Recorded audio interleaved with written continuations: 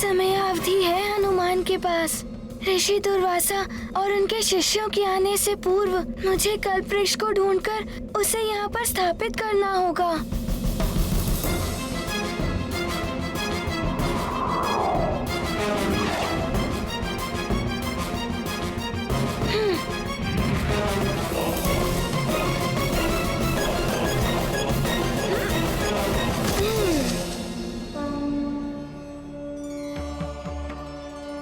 प्रणाम सूर्यदेव।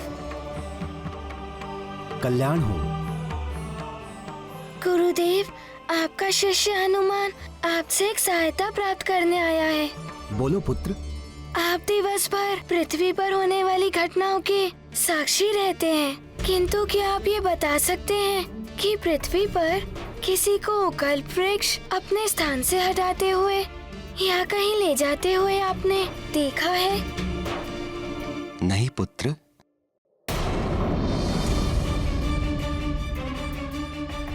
फिर क्या कोई कल्पवृक्ष को स्वर्गलोक में ले गया है? स्वर्गलोक का कोई निवासी ऋषि दुर्वासा के कार्य में बाधा उत्पन्न करने का दुस्साहस कदापि नहीं करेगा हनुमान। पुत्र हनुमान, यदि कल्प वृक्ष न तो पृथ्वी मार्ग से और न ही वायु मार्ग से कहीं ले जाया गया है, तो फिर वो कहाँ लुप्त हो सकता है हनुमान?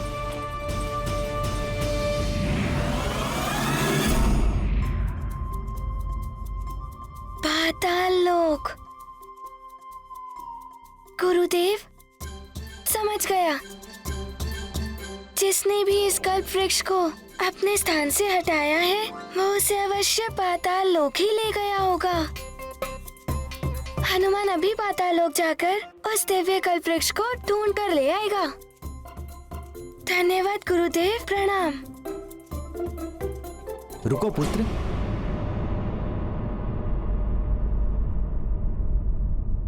वो दिव्य कल्प वृक्ष पाताल लोक में दुष्ट असुर युपाक्ष के पास हो सकता है। ये वही युपाक्ष है जिसको वरदान प्राप्त है कि वरदान प्राप्त है मुझे मात्र नारायण, या उनसे वरदान प्राप्त कोई उनके समान कोई अन्य शक्तिशाली योद्धा मात्र वराह रूप में मेरा संहार कर तुम्हें मुक्ति दिला सकता है कल्पवृक्ष। परंतु नारायण क्यों आएंगे तुम्हारे लिए? इसीलिए अब अनंत काल तक तुम मेरे बंदी हो कल्पवृक्ष, और तुम्हारी भलाई इसी में है कि तुम मेरी समस्त इच्छाओं की पूर्ति करो।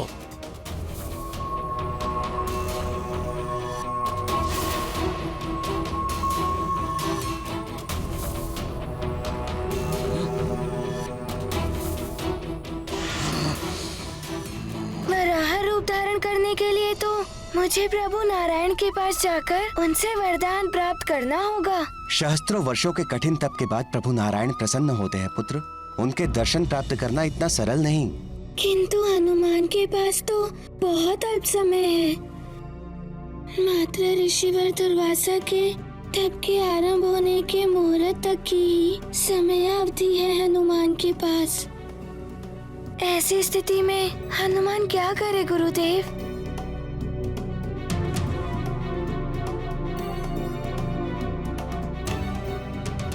गुरुदेव,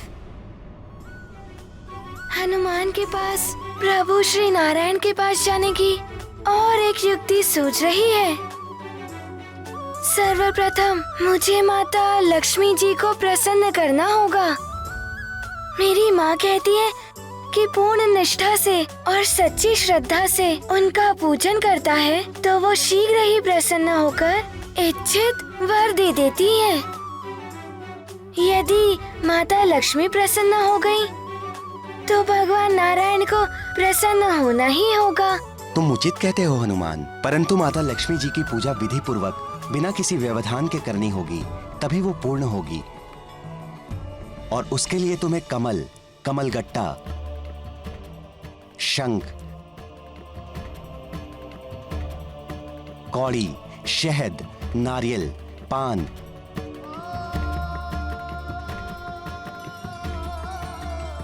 पुष्प और फल इत्यादि का प्रबंध करना होगा। सच्चे हृदय और शुद्ध भावना से उनकी पूजा कर यह सब देवी माँ को समर्पित कर देना, तो वो अवश्य प्रसन्न होंगी।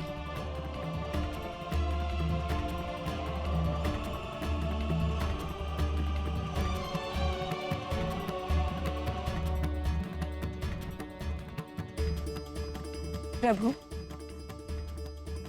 मुझे प्रसन्न करने के लिए हनुमान को एक परीक्षा देनी होगी। अब और परीक्षा मत लो युपाक्ष के संयम की।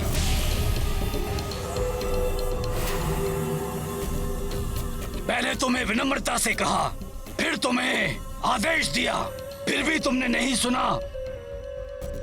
परंतु अब मैं तुम्हें चेतावनी दे रहा हूं, मेरी समस्त इच्छाएं पूर्ण करो, अन्यथा मैं तुम्हें जला दूंगा कल्प वृक्ष।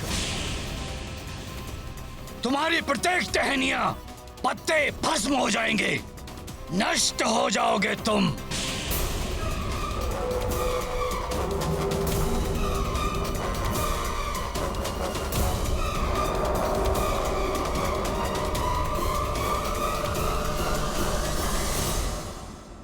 कल्प वृक्ष की रक्षा करने के लिए मुझे अति शीघ्र अपनी पूजा से माता लक्ष्मी जी को प्रसन्न करना होगा।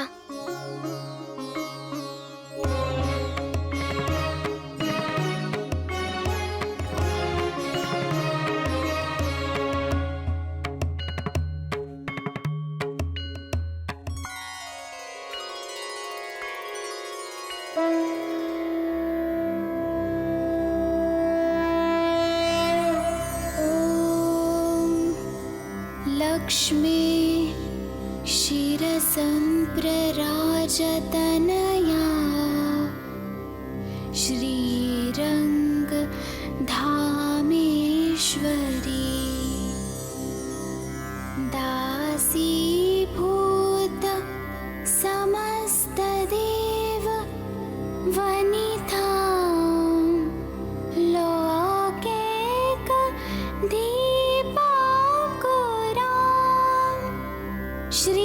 श्रीमनमन्द कटाक्षलब्ध विभावा ब्रह्मेन्द्र गंगाधरा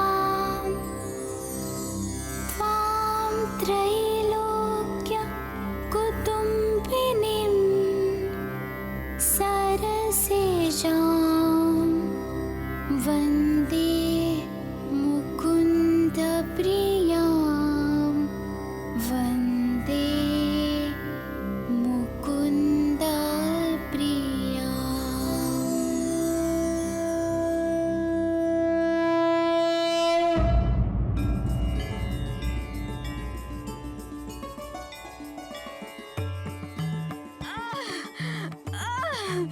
कोई रक्षा करो, कोई रक्षा करो मेरी। मेरे प्राण निकले जा रहे हैं, कोई चला दो मेरे लिए।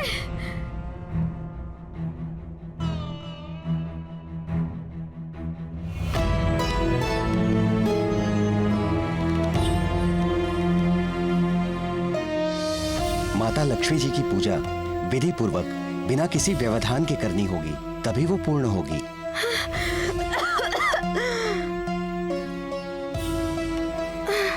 माता की पूजा ऐसे ही छोड़कर चला गया तो माता को प्रसन्न नहीं कर पाऊंगा, और किसी असहाय की सहायता करना भी सर्वोच्च धर्म है। मैं उसे खंडित भी नहीं कर सकता।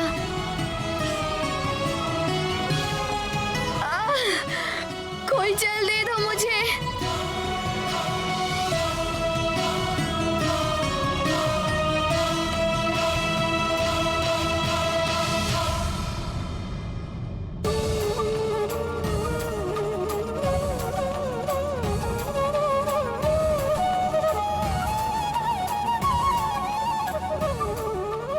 मुझे क्षमा करना माता, कोई जल दे दो मुझे, कोई जल दे दो। लीजिए माता, जल लीजिए, पीजिए।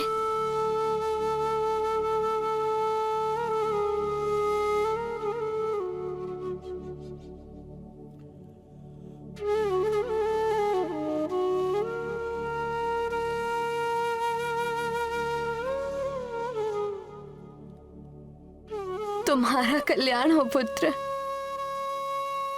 तुमने जल देकर मेरे प्राण रक्षित किए। मैं इसी मंदिर में रहकर इनकी सेवा करती हूँ।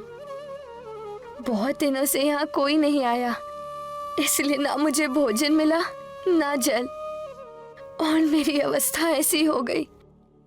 माता, मैंने ऊपर मंदिर में भोजन आदि एकत्रित कर रखा है। आप चलिए और इनका आहार कीजिए। आइए माता, मैं आपको ले चलता हूँ।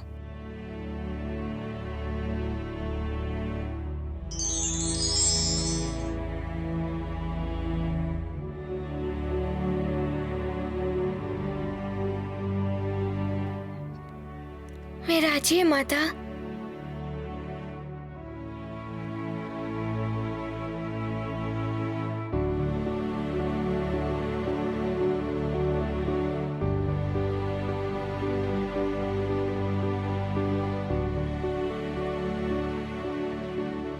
ये लीजिए माता, भोजन ग्रहण करना आरंभ कीजिए।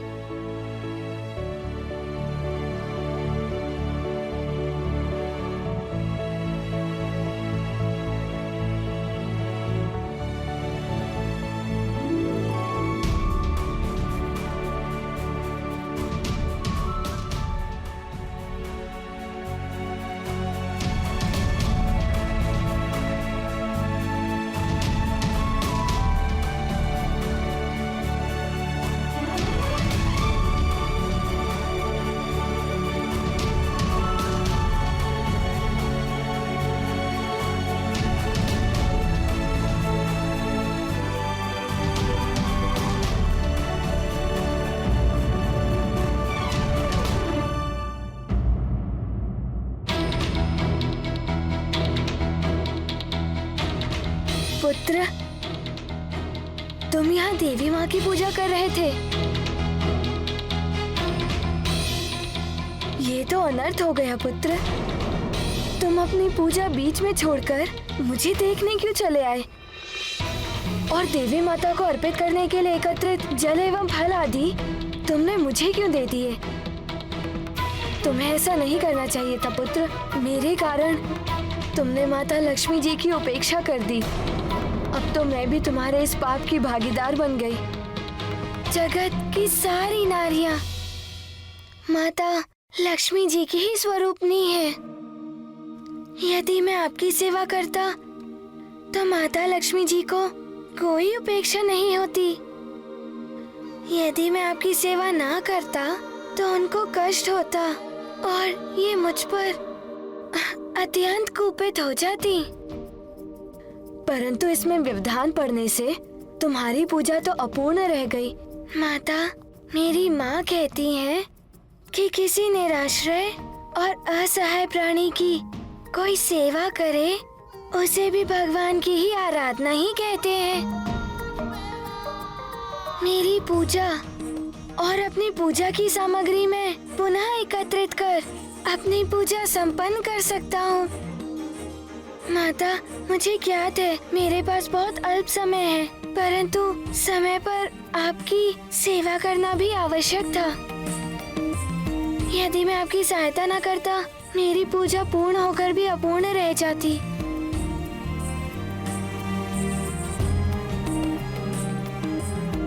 पुत्र हनुमान, तुम धन्य हो। तुम्हारी पूजा सफलतापूर्वक संपन्न हुई है। ये आप क्या कह रही हैं माता? हाँ पुत्र, मेरी पूजा का अर्थ केवल मेरी आरती करना नहीं है। उसका अर्थ है मेरे प्रत्येक रूप का सम्मान करना, सर्व जीवन की सेवा करना, सबके दुख हरने की चेष्टा करना।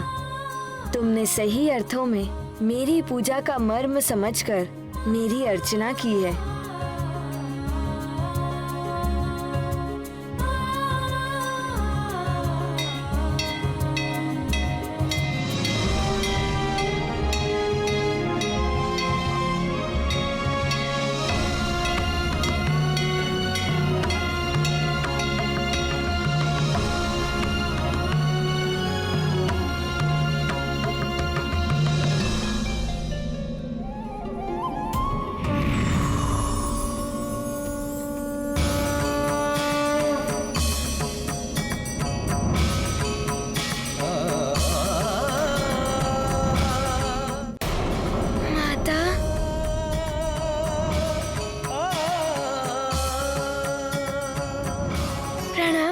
लक्ष्मी जी।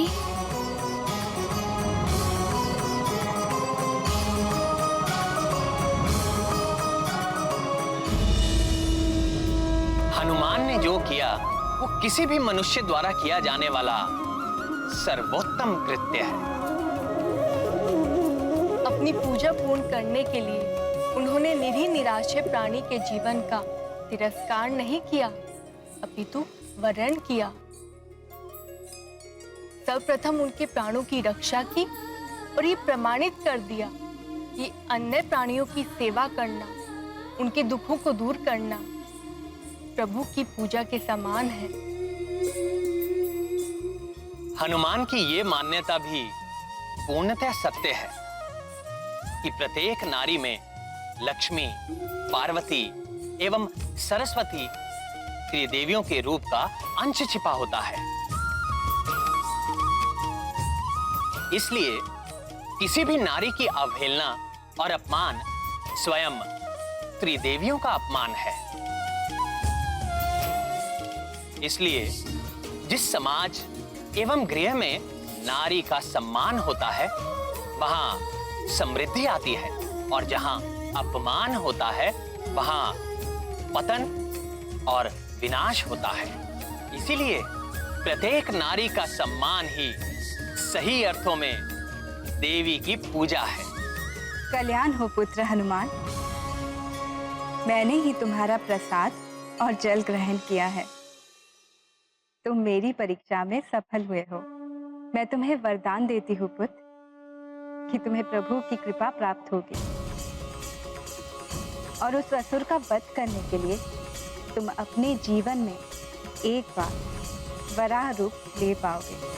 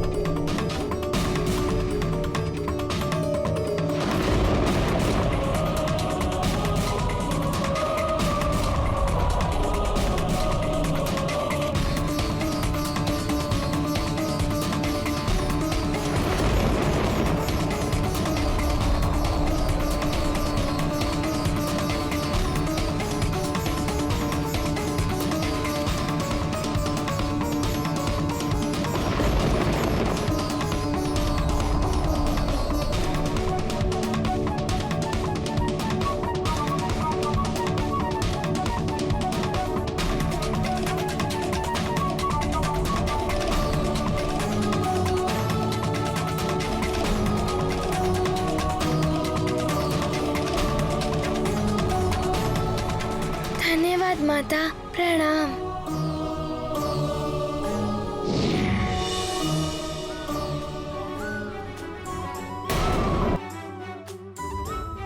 माता, आपकी कृपा पाकर हनुमान कृतार्थ हो गया।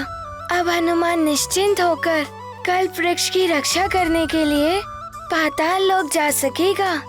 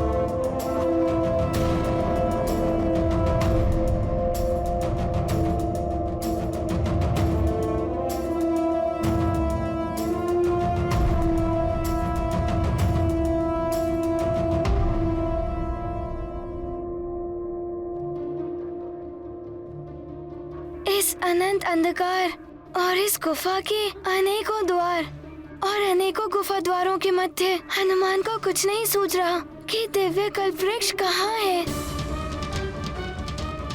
हनुमान अब कौन सा मार्ग ले दिव्य कल्प वृक्ष को ढूंढने का? ऋषि दुर्वासा जी शिष्यों के संग किसी भी क्षण मानसरोवर से लौट कर आ सकते हैं।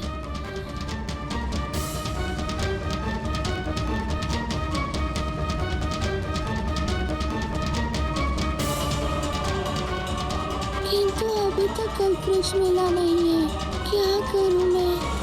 ये कल्प वृक्ष दिव्यता खो चुका है अपनी, सूख कर निर्जीव हो गया है ये।